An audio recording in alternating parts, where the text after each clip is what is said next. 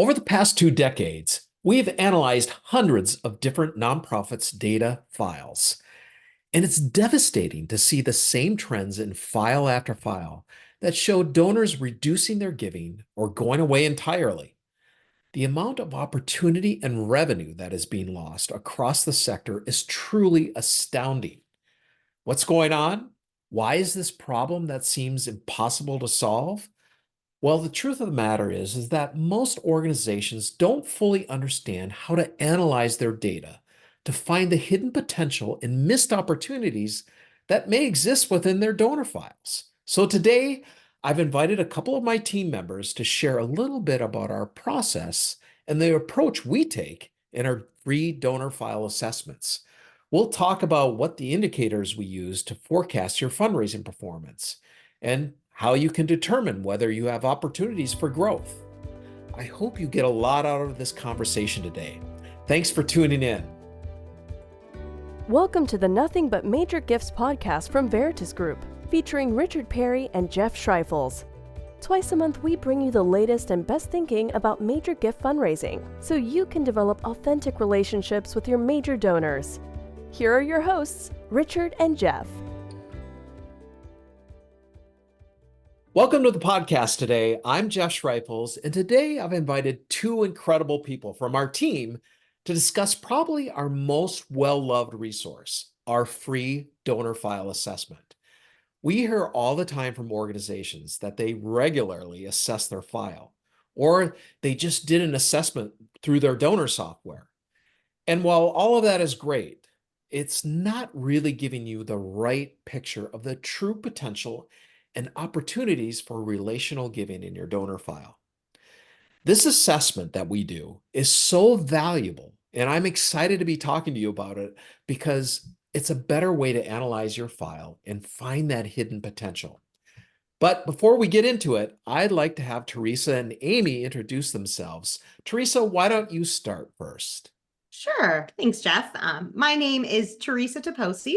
I am a client experience leader here at Veritus, and I am also the client services data team lead. So I have been working with our data team for about 5 years now to review value attrition analyses and see how they look in terms of everyone's performance.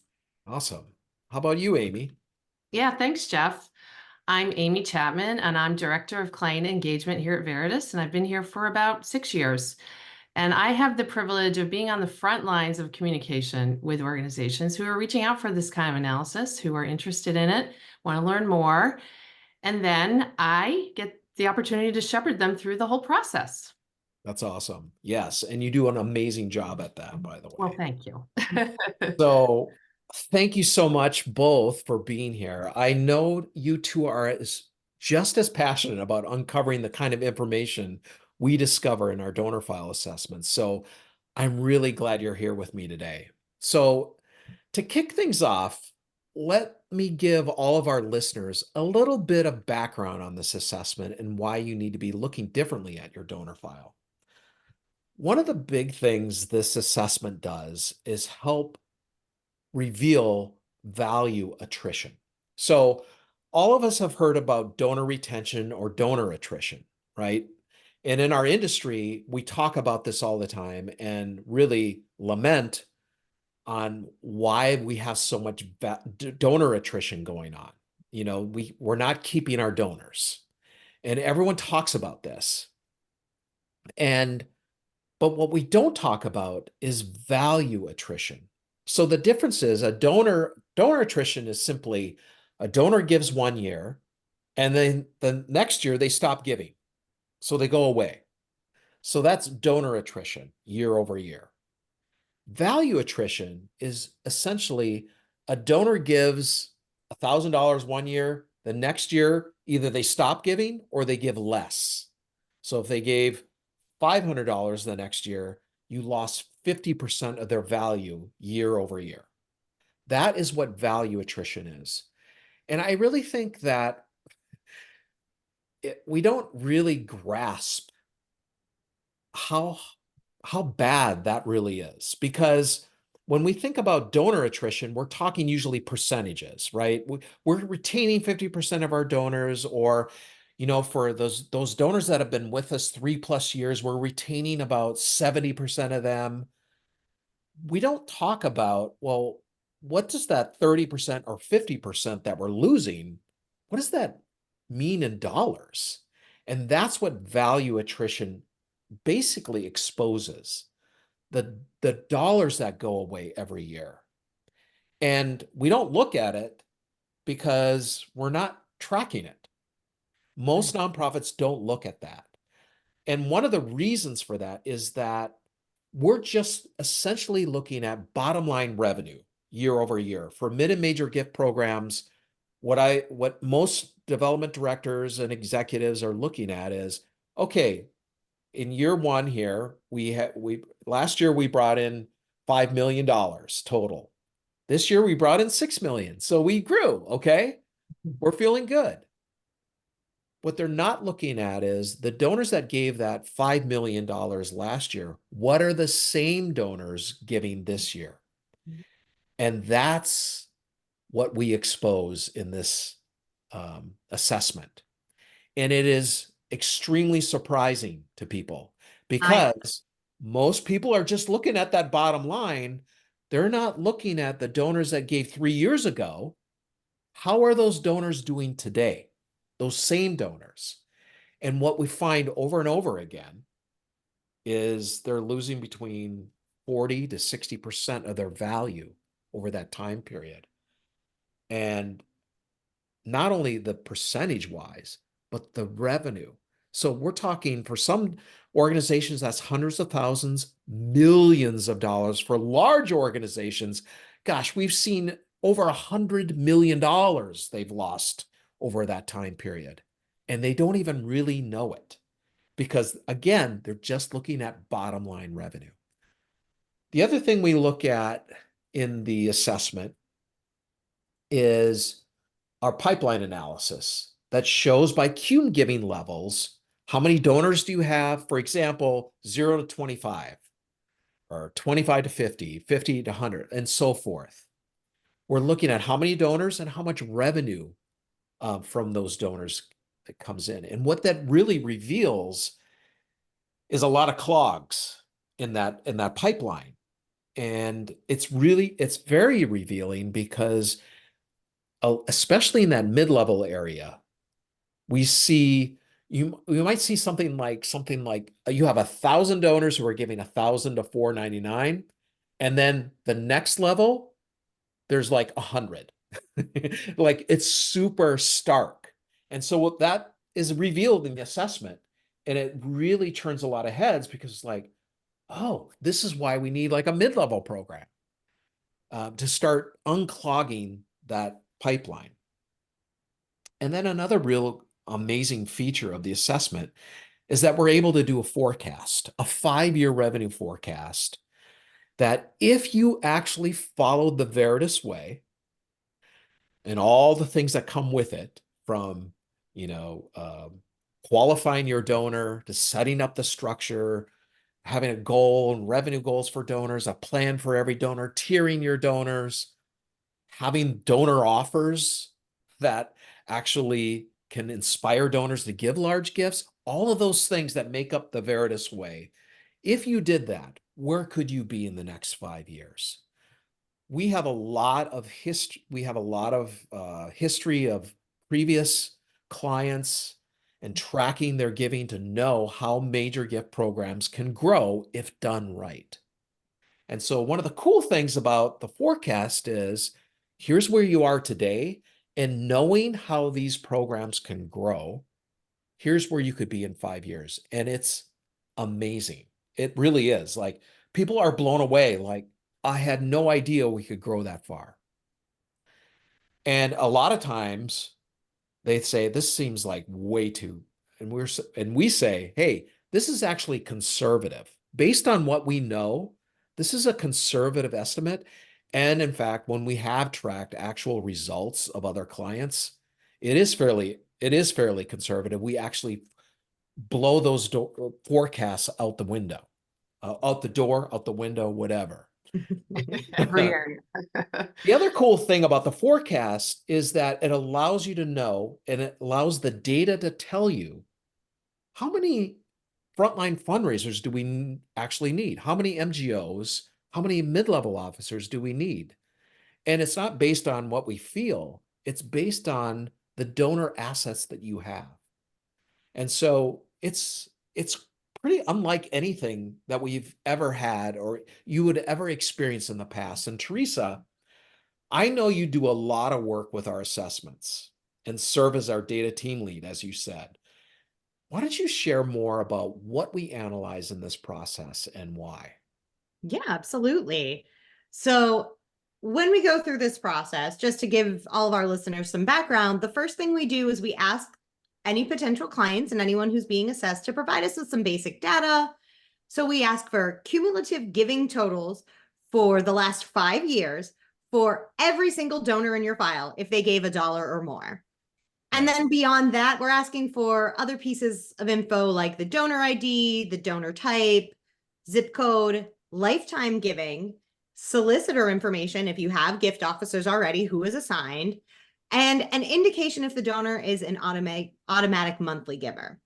We don't ask for any personal information. That's really important to us. Yeah. We also ask people to fill out a brief questionnaire that gives us a little more context and information about your organization, how you're staffed, what you view as your current cum giving thresholds for major gifts and mid-level.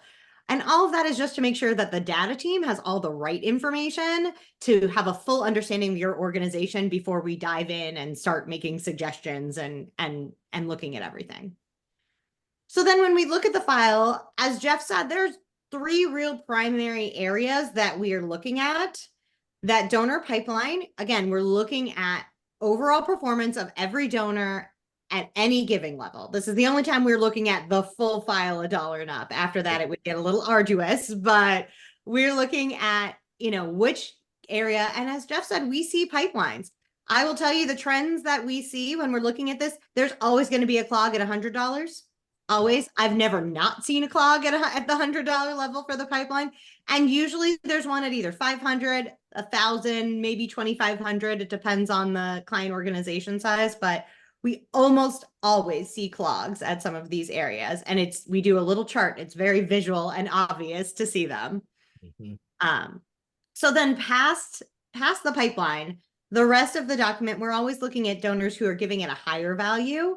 Usually we typically start at $500 or $1,000 cumulative giving. So that would say if a donor gave at least 1 year at one of those giving thresholds, they would be assessed in terms of value attrition as well as put into the forecast. Yeah, right. So for the value attrition, we're then reviewing those donors by class year.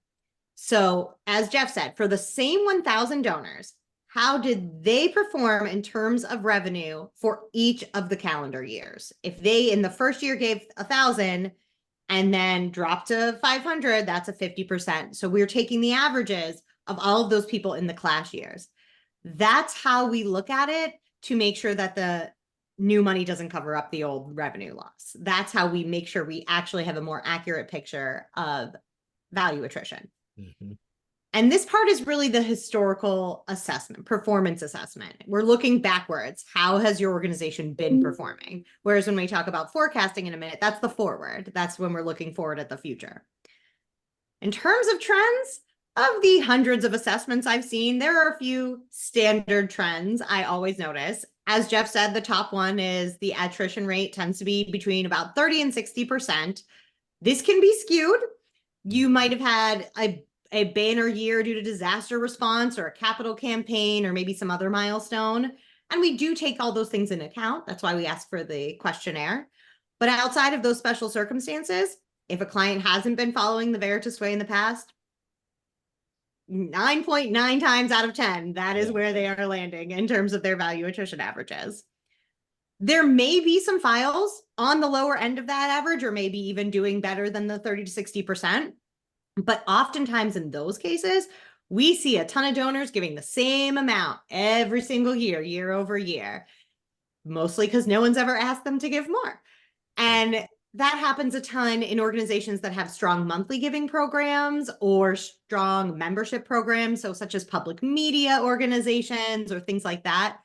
Their retention rate might be lower, but we still see so much missed opportunity there. There's so much opportunity for growth because these people are not being asked to give more. Yeah.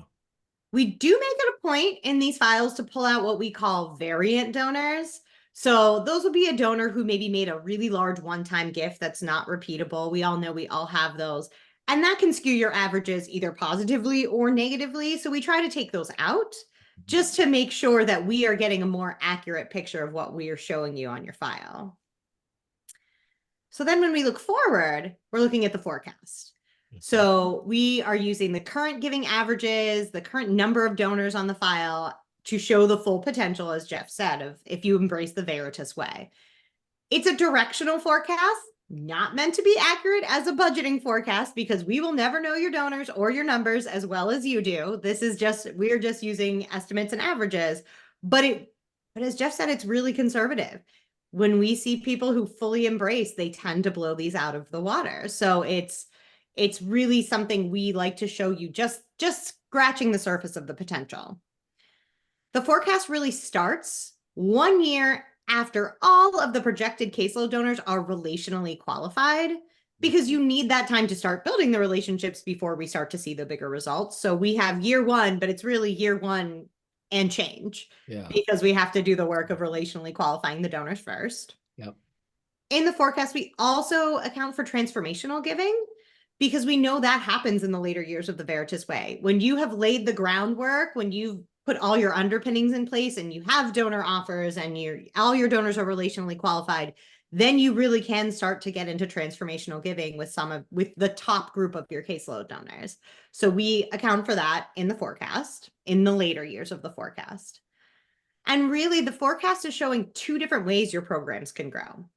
The first is the number of donors you can introduce into the program, because we see from the pipeline in our calculations, the average number of new donors that are coming into the file every year. So we account for that, as well as the increase in average gift revenue that we can see happening when we are actually relationally qualifying and identifying passions and interests and connecting our donors with those passions and interests. So there's a lot of stuff. It's a big document. Amy, I'm sure Amy can speak into that. So. Absolutely. Now, Amy, I know you talk a lot to organizations who have requested an assessment. What are some of the common questions that arise that our audience should consider as they're looking for best opportunities within their own data file? Sure. Goodness, it can run the gamut. And I'm having on these conversations every day. I find it really fascinating to learn every organization's own story. Big shocker, I would say none of them come to me with things buttoned up, right? They have concerns, they have pain points, and they get really real and vulnerable with me, which I so appreciate in these conversations. They are good at, open dialogue, sharing the good, the bad, the ugly. But I would say here are some common themes, common issues that they may share with me at any time, varying, of course, by organization. Their giving last year may be down, but yet they're being charged with higher goals and they have no idea how they're going to get there. So they are looking for guidance, for help, for any kind of resources they can have. They may already have a sense that their value attrition rates are high, but they don't really have a great way to fully analyze that. And in fact, they know Veritus works in this arena all the time, and they want our take on it. They want to truly understand, and then to be able to share that with the team. They realize they may not be staffed properly or enough, or they may have too many officers in major gifts, none in mid-level, different scenarios. Yeah. And so, as Jeff and Theresa both said, our assessment really can focus in on helping from our perspective to say, where are you best served here? Where should you put your resources throughout this mid-level and major gift area? The organization may not have a healthy culture of philanthropy. We see a lot of siloing going on as over time. It's probably through no one person's fault, but it happens. And so there's an awareness that that's really impeding the growth and the path of donor qualification, all those things. There are clogs, as Theresa said, that are apparent. And so they want us to speak into that too, to understand and try to help to shift that culture over time. Let's see, they may be a real heavy event based organization, right? That's been common to so many. And they're all, I think I would say the majority are looking to shift out of that, to diversify the donor engagement strategies they have and to get better ROI. And so our donor assessment will show them the kind of ROI they could expect with a more heavy investment in mid-level and major, and kind of balancing out events with other options for their donors. Let's see, they've historically relied potentially on a membership program. We have a lot of organizations we work with who have great membership programs that are key for them and good. However, they can keep giving flat. The donors give at a certain level like clockwork every year. That's a great place to start. And I share about that. Gives them actually a prime audience from which to grow, right? To maximize the potential from all these donors. And so the donor assessment will review those kinds of opportunities. Often organizations are relying too heavily on prospecting while ignoring their current donors. They don't know enough about your donors. They don't have a plan for every donor. They're chasing the next shiny object, new donors, to make up for the lack of giving that they've seen over the past. And that is a very common issue.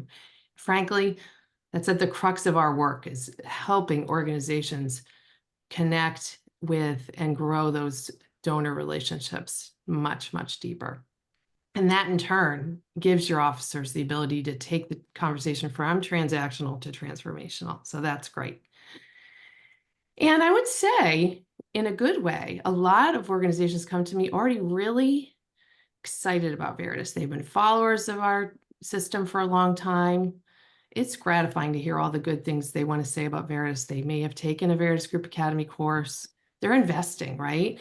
But the reality is a lot of these officers, leaders, wear 10, 20 hats. And to put it in place is really challenging for some. And so they're getting that. They're aware. They're being vulnerable. And they're saying, we want to understand how you guys can help us. And let's put a plan together to understand. Let's build a case for this additional investment. And the donor assessment will give them that. It's very powerful to share with leaders, get everyone at the table. And that's what I do. Once Theresa and her team have done this amazing work, and it is amazing, putting these assessments together, I can then distill all the high points of them all, share with the team, invite all the decision makers onto this presentation, usually done by Zoom or in person, whichever, and get dialogue flowing around what we're seeing, and then sharing what our vision is for growth for each and every organization based on their data. So it's super exciting. Awesome stuff, Amy. Really good. Thank you for sharing all of that. Theresa, what do you see as some of the common challenges that arise for organizations in our assessment process? Do you have any tips for anyone looking to start analyzing their data in this way? Yeah, I mean, I think, Amy, you're gonna laugh. The first and hardest challenge, I think, is just getting the data. It's a big challenge. We all know that our databases can sometimes not be the most cooperative in order to pull things. We always want to make sure we get as many years as possible, because if we only have 2 or 3 years of cumulative giving data, we don't have a really strong, accurate average of attrition value. We're only looking at 1 or 2 years of performance. So the more years we can get, the better. I will say that a really specific data pull challenge is dealing with soft credits. So we typically will ask an organization to include soft credits when we request data, but we do find through our looking at their information that sometimes organizations have a lot of donors giving through something like a donor advised fund. And that can lead to some duplication of revenue.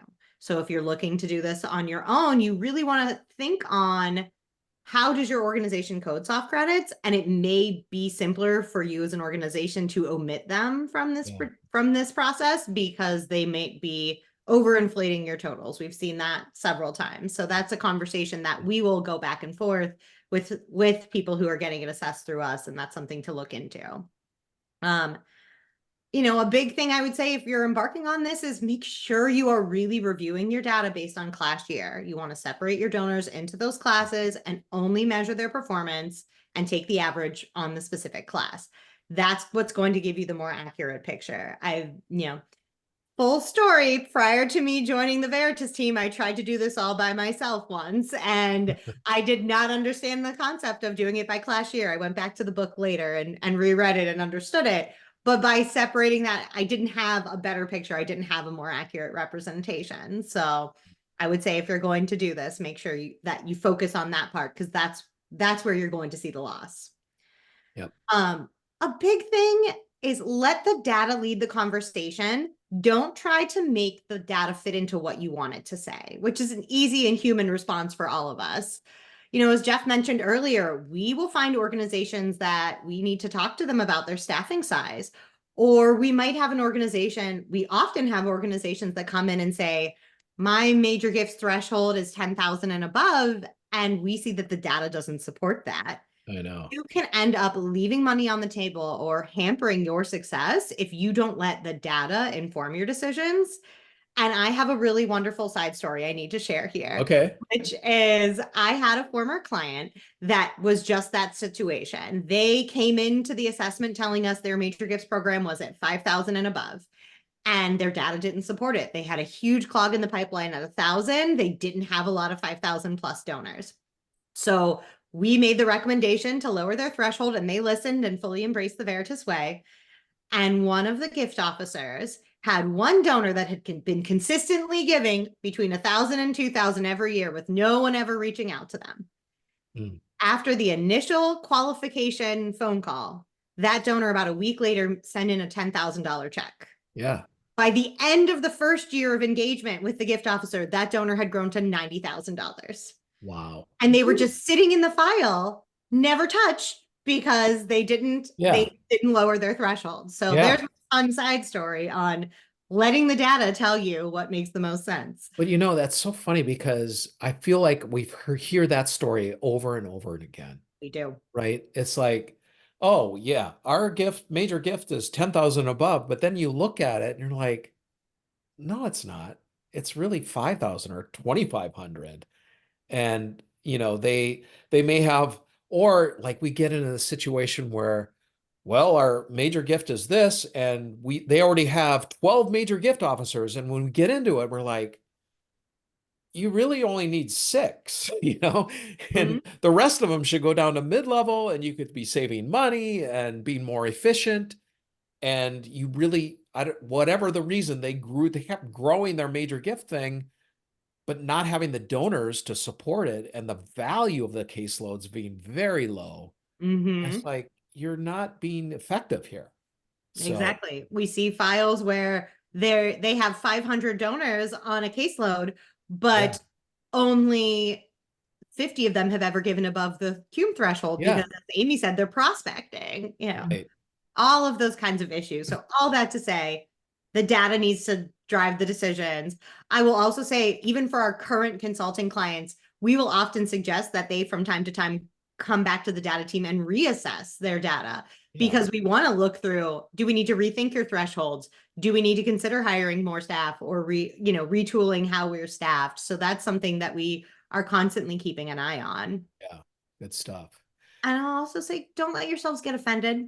If you are seeing bad attrition rates, it's an easy knee-jerk reaction to get offended, get upset, try to validate it for yourself. You're not alone.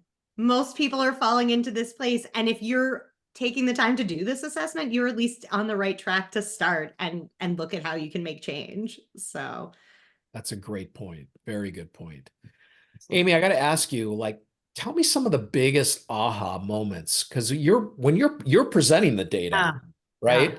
And so they're seeing it for the first time. What are some of the things that you see and hear? Yeah, well, that's a good question. I would say, as I said earlier, I do a lot of these over Zoom, so I'm video conferencing here. But I say this shock can be almost palpable when people first see numbers in their donor value attrition. And you're not alone. This happens a lot. but it's very sobering, especially if you've had some decent year-over-year growth, bottom line growth, Yeah. or an organization now to see firsthand from their data the rates of donor value attrition that they're experiencing. And we look back 4 years because we want to go far enough to get that kind of a trend. Yeah. This unvarnished look is really key and necessary to gain a baseline understanding from which a path forward may be carved, and that's such a positive. So there's the shock and awe of the donor value attrition. However, moving right into the hopeful feel of what comes next, because we do have a path. We have such a deep understanding of what's going on here. Our results are strong. We work with hundreds of organizations currently and officers. And Theresa is one of our wonderful client experience leaders who, meet regularly with you all to do this. But we can speak with confidence about the growth we see that is possible working through that 5-year revenue projection. It's conservative. It's based on the results of the work we've done with hundreds of other organizations and how they've tracked. And this helps these organizations to kind of get that sense of, okay, there's a way through this. I know this is hard, but we will get there if we dig in, have the right support, and work through it. And getting back to what you guys were just talking about, I think one of the things that often is an aha moment for organizations, if they haven't yet been qualifying donors into caseloads, and our revenue projections are very clear and conservative in that we only say that 1 in 3 donors who are at a certain giving threshold would end up being qualified. So that really shrinks down the number that they should be looking at truly that will go into caseloads. And I think they get that, oh, okay, here we have all these donors are sitting on caseload. We have no idea if they're qualified. They have, like you said, Jeff, maybe even 1 or 2 too many officers because they have thrown them all in there trying to do this work. But we say, start with qualification, be consistent, be disciplined about this. We'll help you through that. And I think that's an aha moment going, oh, this makes sense. Okay. So then, after we talk through the data and we let the results speak into a real workable, attainable plan, I think overall folks are really hopeful and encouraged. There's a light at the end of the tunnel for them. Really want to invest in building a thriving mid-level major gift program. And we're that partner they might want to consider using because of our emphasis there, the results we've had, the experience over, 15 to 20 years we are now, Jeff.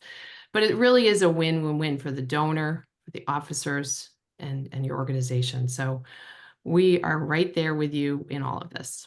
Yeah. Well, thank you for joining me, Theresa and Amy, and we hope this has given you a lot to think about regarding how to analyze your donor file.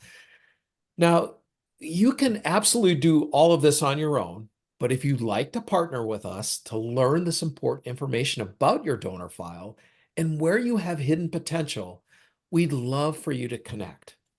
You can head to the show notes or our website to start the process to apply for a free donor assessment. And you get to talk to Amy right away, right? So that's a bonus. Absolutely. And so we just want to thank you for joining us and take care, and we'll see you next time. Thank you for joining us for the Nothing But Major Gifts podcast from Veritus Group. Richard and Jeff also write an ongoing blog that you can subscribe to for free at veritusgroup.com. Please join us again next time.